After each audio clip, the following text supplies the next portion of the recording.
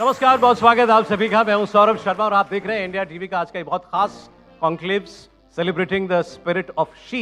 जी हां, आज हम महिला शक्ति, नारी शक्ति के सम्मान में आज का दिन आयोजित कर रहे हैं और कामयाब महिलाएं और उनके पीछे का उनकी जिंदगी का संघर्ष वो आपके सामने आज लाने की हमारी कोशिश है। और मुझे बड़ी खुशी हो रही है आपको आज के हमारे अगले मेहमान से मिलवाते हुए। मैं चाहूंगा जोरदार तालियों से हमारी ऑडियंस स्वागत करे बीजेपी की लीडर और राजस्थान की उप मुख्यमंत्री दिया कुमारी जी। दिया जी, बहुत स्वागत है आपका हमारे इस कॉन्क्लेव में। हमने इसको नाम दिया है शी, ताकि आज दिन भर हम हिंदुस्तान की तमाम कामयाब महिलाओं से उनकी जर्नी को समझ सकें और आप उनमें से एक हैं और उनमें बहुत खास हैं। बहुत सारी बातें हैं जो दिया जी की जर्नी को बाकी अलग बनाती है। मैं संक्षेप में आपको थोड़ा सा बताता हूं, फिर हम बातचीत शुरू करते हैं। दिया कुमारी जी एक ऐसे परिवार में पैदा हुई हैं जहां जो हर किसी का ख्वाब होता है, एक सपना होता है। जयपुर की राजकुमारी हैं दिया कुमारी जी। ईश्वर का दिया सब कुछ जिनके पास है, लेकिन फिर भी उनके माता पिता ने उनको बिल्कुल एक आम बच्चों जैसी, आम परिवार जैसी परवरिश दी।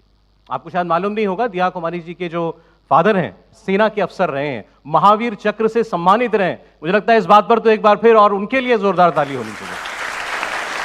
तो एक राज परिवार में पैदा हुई, लेकिन एक सैनिक परिवेश में पली बढ़ी। हमारे आपकी तरह अलग अलग शहरों में उनकी शिक्षा हुई और उसके बाद अपनी जिंदगी कुछ फैसले उन्होंने अपने आप लिए। तो वो क्या मोमेंट था आपकी लाइफ में जब आपने डिसाइड किया कि नहीं, पॉलिटिक्स वो व्हीकल है जिससे मैं जनसेवा कर सकती हूँ? मैं अपने एनजीओज़ के माध्यम से, ट्रस्ट के माध्यम से, स्कूल्स के माध्यम से काम कर रही थी पॉलिटिक्स में आने से पहले भी। और जैसा कि आप सभी जानते हैं कि मेरे पिताजी सेना में थे और मैंने उनके साथ बहुत सारे अलग अलग आर्मी हाउसेस में भी मैं रही हूँ, वो जीवन भी मैंने देखा है। मेरी दादी जी पॉलिटिक्स में थी और उस समय पॉलिटिक्स में रहना, आगे बढ़ना, उनको भी बहुत सारी चुनौतियों का सामना करना पड़ा था। वो जेल भी गई थी, मेरे पिताजी भी गए थे, बाय द वे, लोगों को नहीं पता है। लेकिन उस समय भी बहुत प्रॉब्लम्स थी, समस्याएं थी, प्रॉब्लम्स थी कि उस समय कैसे पॉलिटिक्स में ऐसी महिला आ गई, उनको आगे नहीं बढ़ने दिया जा रहा था। लेकिन जब मैंने ये फैसला लिया उस समय मुझे लगता है बहुत, मैंने ऐसे सोचा नहीं। मैंने सोचा नहीं, मुझे एक अच्छा प्लेटफॉर्म मिलेगा, मैं और भी ज़्यादा जनता के काम कर सकती हूँ, जनता की सेवा कर सकती हूँ। क्योंकि पॉलिटिक्स से बाहर रह के आप नहीं कर सकते बहुत सारी चीज़ें। पॉलिटिक्स के अंदर रह के आप जेन्युइनली अगर कुछ चीज़ बदलना चाहो, लोगों की लाइफ में एक्चुअल डिफरेंस करना चाहो, तो पॉलिटिक्स ही मैं मानती हूँ एक जरिया है, एक माध्यम है जब आप सचमुच रियल चेंज कर सकते हैं। मुझे बहुत अच्छा मौका मिला, सवाई माधोपुर से चुनाव लड़ने का मुझे अवसर मिला और मैंने वो लिया। मेरे लिए एक चैलेंज था क्योंकि मैं वहाँ रहती नहीं थी, मैं जयपुर में रहती थी। पहली बार कहीं और दूसरी जगह से चुनाव लड़ना, और वो भी एक टफ सीट थी, टफ सीट कहलाती है। वहाँ से चुनाव भी लड़ा और अच्छा चुनाव था, टफ चुनाव था, लड़ा भी और जीता भी, और लोगों से बहुत आशीर्वाद मिला, स्नेह मिला, बहुत अच्छा लगा। हम एक मेल डोमिनेटेड सोसाइटी हैं और राजस्थान ऐसा देखने में प्रतीत होता है कि शायद वहाँ और ज़्यादा है ये भावना। स्पेशली राजस्थान जैसे प्रदेश के अंदर हिंदुस्तान में एक वुमेन पॉलिटिशियन होना और एक पोजीशन मिलना, आपने कभी फेस किया कि कभी मेल ईगो आड़े आई हो आपके? एक ऑनेस्ट आंसर। मैं मानती हूँ कि चाहे महिला हो, पुरुष हो, बहुत सारे लोग होते हैं जो आपको आगे बढ़ते हुए नहीं देखना चाहते, लेकिन ऐसे भी बहुत सारे लोग होते हैं जो आपको आगे बढ़ने के लिए आपकी मदद करते हैं, आपको सपोर्ट करते हैं। और मैं खुशनसीब हूँ, मैं कहूँगी कि मुझे भी ऐसे लोग मिले। हमारे माननीय प्रधानमंत्री जी हमेशा इनकरेज करते हैं, यहाँ पर सबने इनकरेज किया, राजस्थान में भी हमेशा मुझे इनकरेजमेंट ही मिली है। लेकिन हाँ, चुनौतियों का भी सामना करना पड़ा है कई जैसे बार। जब आपको मुख्यमंत्री बनाया गया, होंगे आपसे ज़्यादा अनुभवी सीनियर नेता और बहुत रहे होंगे, आपको चुना गया लेकिन आपकी पार्टी के द्वारा इस जिम्मेदारी के लिए, तो उस वक्त हो सकता है कुछ लोगों को लगा हो ना कि भाई अब देखिए, अब राजकुमारी आई हैं, क्या करेंगी, इन्होंने कौन सी दुनिया देखी है, इन्होंने कौन सी असली परेशानियां कभी देखी हैं, वो तो हमको मालूम है। मैं एक बैकग्राउंड से आती हूँ, लोगों का परसेप्शन रहता है कि ये बहुत ही पहले से ही बहुत आसानी से यहाँ तक पहुँची है, ऐसा नहीं है। मैं जब पॉलिटिक्स में पहली बार आई थी, जो मुझे सीट मिली थी वो भी बहुत आसान सीट नहीं थी, एक टफ सीट थी। और बहुत मुझे खुशी है आज कि मैंने वो चैलेंज एक्सेप्ट किया और मैं वहाँ से जीती भी। वहाँ पर 5 साल रहना भी आसान नहीं था। जयपुर से भाग भाग के जाना सवाई माधोपुर एक महिला के लिए इजी नहीं होता। उस समय मेरी बच्चे भी छोटे थे, लेकिन मैंने किया, मैंने उस चैलेंज को एक्सेप्ट किया और मैं मानती हूँ कि वहाँ काम जो भी किया मैंने ठीक ठाक काम किया। उसके बाद मुझे राजसमंद से चुनाव लड़ने का अवसर मिला, जो कि जयपुर से बहुत दूर है, मेवाड़ में है राजसमंद, जो कि जयपुर से कम 4 घंटे दूर है। और वहाँ से पार्लियामेंट जाना, दिल्ली आना, राजसमंद जाना, जयपुर जाना, तीनों किया। तो बहुत इजी जर्नी नहीं थी, लेकिन साथ के साथ मुझे लगता है कोई भी जर्नी इजी नहीं होती है। और अगर कोई ये कहता है कि इसको उप मुख्यमंत्री बना दिया या नहीं बनाया, मुझे लगता है वो उनका प्रश्न नहीं है, लेकिन काम बोलता है। दिया जी, आज राजस्थान की फाइनेंस मिनिस्टर हैं, टूरिज्म मिनिस्टर हैं। राजस्थान तो हमारे देश में टूरिज्म में अव्वल श्रेणी में आता है। इसके अलावा पीडब्ल्यूडी मिनिस्टर, सारी वो मिनिस्ट्री है जहाँ असल काम करके दिखाने का मौका आपके पास है। अभी आपने आईफा अवार्ड करवाया जयपुर में, एक बड़ा इवेंट था, और आपने आजकल एक फ्रेज कॉइन किया है, कॉन्सर्ट टूरिज्म आप शुरू करेंगे। क्या है कॉन्सर्ट टूरिज्म? आईफा अवार्ड्स एक बहुत बड़ा आयोजन था, इंटरनेशनल अवार्ड्स हैं आईफा अवार्ड्स, और ये दूसरी बार भारत में हुए। इससे पहले मुंबई में हुए थे, उसके बाद विदेशों में हुए, लेकिन भारत में नहीं हुए। तो इस बार ये लोग हम लोगों से मिले थे, शायद ये अप्रैल मई की बात है, और उस समय ऐसी चर्चा हुई कि हम लोग भारत आना चाहते हैं। हमने कहा कि आप राजस्थान आइए, और राजस्थान का पर्यटन भी, उसको भी एक ग्लोबल प्लेटफॉर्म मिलेगा। तो हम लोगों ने बात की और बहुत जल्दी ये फाइल मूव हुई और फिर अवार्ड्स हो गए इस बार, तो बहुत खुशी की बात है। आपने कॉन्सर्ट टूरिज्म की बात की, एक नया कॉन्सेप्ट है जिसके लिए प्रधानमंत्री जी ने भी बात की है। देखिए, अब आजकल इंटरनेशनल लेवल के कॉन्सर्ट्स बहुत सारे हो रहे हैं, पूरे भारत में हो रहे हैं, लेकिन राजस्थान में नहीं हो रहे थे। तो आईफा शुरुआत है, हम लोग प्रयास करेंगे ज़्यादा से ज़्यादा इस तरह के ग्लोबल आयोजन राजस्थान में हुए। अभी रिसेंटली उनको बर्लिन में बेस्ट टूरिज्म मिनिस्टर का अवार्ड मिला है, जरा इसके लिए भी लेकिन आप गई नहीं थी अवार्ड लेने के लिए? क्योंकि उस समय अभी हमारी विधानसभा चल रही है, तो मैं नहीं गई। इन जनरल लाइफ में आपका आइडल कौन है? मेरे आइडियल नरेंद्र मोदी जी हैं। ये तो दूसरे सवाल के जवाब में ये देना था सच है, यही है, क्योंकि ऐसा व्यक्ति, ऐसा व्यक्तित्व मैं मानती हूँ कम से कम एक सेंचुरी में एक बार ही होता है, इफ नॉट मोर। उनकी जो सोच है, जिस तरह से वो भारत की सोच बदल रहे हैं, हमारे समाज के जो सोचने का, विचार करने का जो नज़रिया है, जिस तरह से लोग सोचते थे, महिलाओं को जिस तरह से उन्होंने आगे बढ़ाया, चाहे बेटी बचाओ बेटी पढ़ाओ की बात करें, स्वच्छ भारत की बात करें, उज्ज्वला योजना की बात करें, महिला को, गरीब को, किसान को, युवा को जिस तरह से आगे मोदी जी बढ़ा रहे हैं, और ना केवल गवर्नमेंट के माध्यम से बढ़ा रहे हैं, योजनाओं के माध्यम से बढ़ा रहे हैं, जो समाज की सोच है ना, उसको बदल रहे हैं। एक बहुत बड़ा काम कर रहे हैं प्रधानमंत्री जी, और जितना हम उनको धन्यवाद दें उतना कम है। तो मेरे लिए तो आइडियल वही है। अभी किसी कांग्रेस वाले से पूछे। कांग्रेस से तो कोई फायदा नहीं है पूछने से कुछ भी, उनको तो अपने बारे में सोचना चाहिए। कांग्रेस के ऊपर सबसे बड़ा आरोप क्या है? परिवारवाद, बेटा बेटी, उसके बाद उनके बेटा बेटी, और वही सिलसिला जो है चला जा रहा है। ये क्रिटिसिज्म अपने लिए आप फेयर मानती हैं क्या? कांग्रेस को तो जो बोलना है बोलने दीजिए, उनका काम है बोलना, हमारा काम है काम करना, और इसका फैसला तो जनता करेगी ना। उनको थोड़ी कोई पूछ रहा है, उनको पूछेंगे तो आज उनको मैं पूछना चाहूंगी, आप विपक्ष में क्यों हैं? फिर बहुत अच्छा काम किया होगा तो विपक्ष में क्यों बैठे? और केंद्र में तो इतने सालों से विपक्ष में बैठे, और बैठेंगे आप लोग तो, और अब तो राजस्थान में भी बैठे, हर बार वो वहीं बैठे। मतलब आप जब तक राजस्थान के मुख्यमंत्री नहीं बन जाएंगी तब तक कांग्रेस नहीं आएगी सत्ता में? मेरे मुख्यमंत्री बनने की बात नहीं है, मैं कहूंगी आपको कि कांग्रेस अब विपक्ष में ही रहेगी, चाहे वो राजस्थान हो, चाहे कोई और प्रदेश हो, चाहे केंद्र हो। उनको काम नहीं करना, उनको सिर्फ आरोप ही लगाने आपका प्रदेश लेकिन हर 5 साल में बदलने वाला प्रदेश इस बार नहीं बदलेगा। ऐसा ऐसा कि आप जन्मी राज परिवार में, लेकिन परवरिश आपकी बिल्कुल सामान्य बच्चों जैसी हुई। आप स्कूल से बस गई कभी? हाँ जी बिल्कुल। और बस से स्कूल, सॉरी।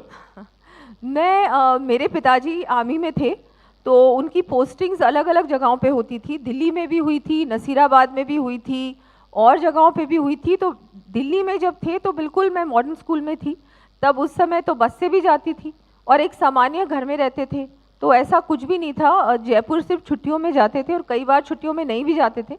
तो मुझे कभी ऐसा महसूस ही नहीं हुआ, कभी ऐसा मुझे नहीं लगा कि मैं कोई स्पेशल हूँ या कुछ भी। और मेरी जो ये ऐसा कैसे हो सकता है? मैं आपको जयपुर की राजकुमारी, और वो कहें कि मेरे मन में कभी बात ही नहीं आई है। अब थोड़ा थोड़ा लगता है मिडिल क्लास पीपल, कहाँ पापा ने भेज दिया मुझे।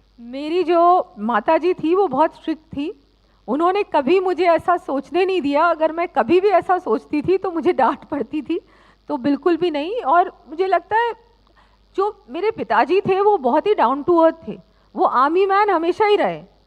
मैं तो कहती, हम लोग ने उनको मना किया जब वो इलेक्शन लड़ने को तैयार हुए, हम लोगों ने कहा मत लड़ो, आप तो आर्मी मैन हो। आर्मी की जो उनकी सोच है ना कि हर व्यक्ति एक समान है, ज़मीन पे बैठ के खाना खाते थे, सिंपल, बिल्कुल ही बहुत डाउन टू अर्थ थे। किसी को आप पूछ लीजिए, आपको यही बोलेंगे। आप लंदन गई पढ़ाई करने के लिए स्कूल के बाद, फाइन आर्ट्स के लिए, जी जी। तो मतलब आप आर्टिस्टिक बेंट ऑफ माइंड की हैं।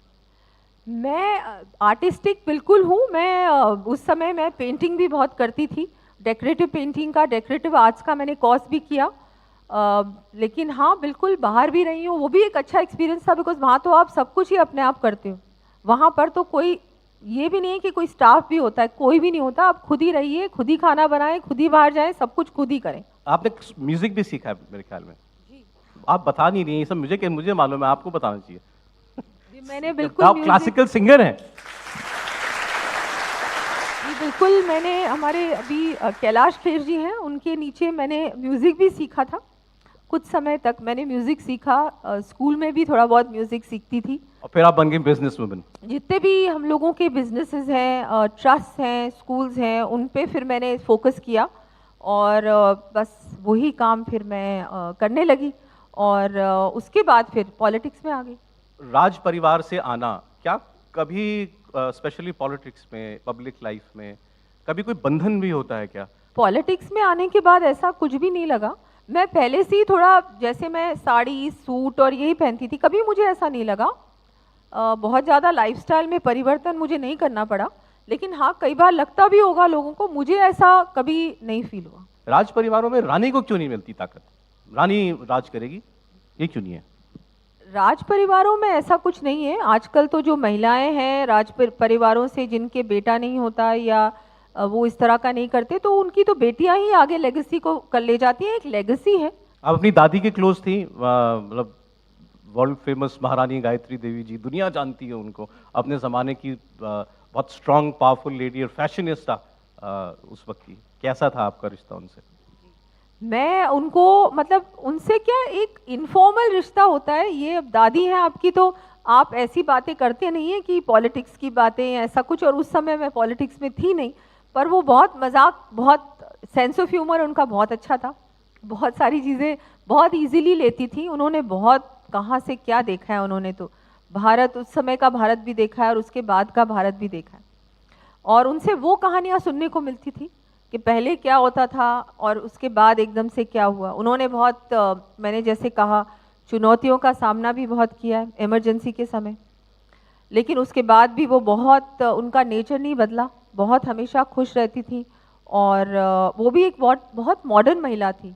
वो स्पोर्ट्स में भी बहुत इंटरेस्ट लेती थी। पोलो प्लेयर थी।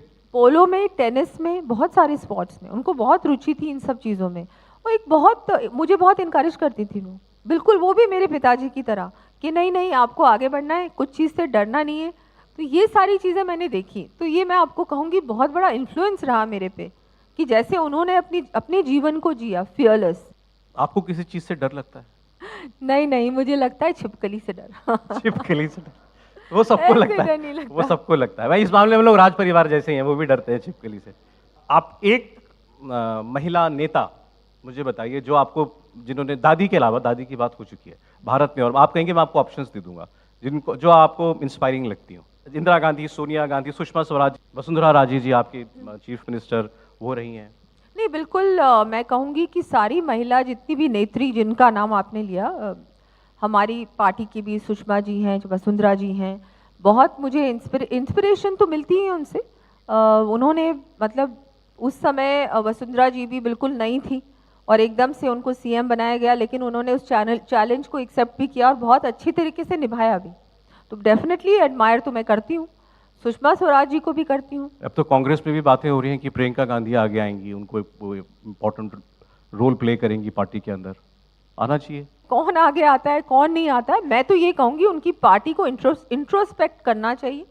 उनकी पार्टी जिस तरह से बार बार हार रही है इलेक्शन पे इलेक्शन, उनको ये सोचना चाहिए कि उनकी पार्टी में क्या कमी है, अंदरूनी लड़ाई है, राजस्थान में भी है और जगहों पे भी है, केंद्र में भी है। आपस में ही भाई बहन डिसाइड नहीं कर पा रहे हैं।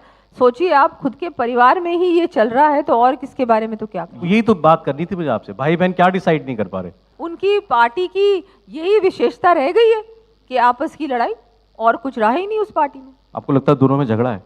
ये मैं नहीं कह रही हूँ, पर जो भी कुछ है इंडिसेसिव बिल्कुल है। पार्टी ही इस तरह से है कि आपस में ही लड़ रहे हैं। चाहे राजस्थान में आप देख लीजिए, आपस में लड़ाई की वजह से बहुत बड़ा उनको नुकसान हुआ और अभी भी है, वो लड़ाई अभी भी है। आपके यहाँ कोई झगड़ा झंझट नहीं हुआ? भाई एक भजन लाल जो सीएम हैं आपके, उनको मौका मिला अचानक, या आपको जब उप मुख्यमंत्री बनाया गया तो बहुत से लोगों को लगा होगा ना कि हमारा हक चला गया। हमारी पार्टी बहुत ही डिसिप्लिन पार्टी है और जो भी शीर्ष नेतृत्व डिसाइड कर लेता है, निर्णय लेता है, उसको हम लोग फॉलो करते हैं। अच्छा, एक महिला लीडर कैसे अलग होती है अपनी अप्रोच में, अपनी सोच में एक पुरुष नेता से? आपको अगर कोई फर्क लगता हो, अंतर लगता हो? मैं मानती हूँ कि शायद थोड़ी सी जो हमारे अंदर जो एक नेचुरल वो होती है, एम्पैथी होती है, और जो महिला होती है, महिला लीडर होती है, वो महिलाओं को भी बहुत इजीली अप्रोच कर सकती है। महिलाओं भी उसको अप्रोच करते हैं बहुत आसानी से। पुरुष के पास महिला वोटर का जाना मैंने देखा थोड़ा वो झिझकती हैं, हेजिटेट करती हैं। तो एक हमारी जो अप्रोचेबिलिटी है वो सिर्फ महिलाओं के तक तो है ही, पुरुष भी हमसे बहुत आसानी से, मतलब ऐसा कुछ नहीं है। तो महिला के अंदर जो नेचुरल एबिलिटी है, एक थोड़ी सी सॉफ्टर होती है अप्रोच, एक थोड़ा लगता है कि हाँ हमारी बात को सुनेंगी, समझेंगी, तो वो एक एडवांटेज है महिला का। सेम टाइम पुरुषों का भी एडवांटेज है। जो काम शायद पुरुष करते हैं महिला नहीं कर पाती, महिला कर पाती है, पुरुष नहीं कर पाते। तो एक साथ में मिलकर, मैं कहूँगी जो मिलकर काम हो सकता है वो बेस्ट काम होता है। आप अपनी क्या लेगेसी छोड़कर जाना चाहती हैं? देखिए, लेगेसी मैंने जैसे आपको बताया कि मैं जितने लोगों की या अपने क्षेत्र की, अपने राजस्थान के लिए जितना करूं, कोशिश तो यही है कि राजस्थान को, और कोशिश ही नहीं, हम कामयाब भी होंगे, राजस्थान को भारत का सर्वश्रेष्ठ राज्य बनाएंगे हर प्रकार से, हर क्षेत्र में। वो मेरे लिए, मुझे लगता है वो सबसे बड़ी लेगेसी होगी कि हम मिलकर राजस्थान को सर्वश्रेष्ठ बनाएं, पूरे विश्व में जो राजस्थान की पहचान थी उसको बनाने का प्रयास करें। दिया जी, आपने हमारे लिए समय निकाला, स्पेशली आप जयपुर से आई दिल्ली इस प्रोग्राम के लिए, और आपकी बहुत शुक्रिया आपको। और आपकी जर्नी ट्रूली इंस्पायरिंग है, बहुत प्रेरणा देने वाली है, और मुझे यकीन है आपको आज जो छोटी बच्चियां सुन रही होंगी वो एक दिन ज़रूर आपके जैसी बनेंगी। इस कामना के साथ बहुत बहुत धन्यवाद दिया कुमारी जी, बहुत शुक्रिया। धन्यवाद।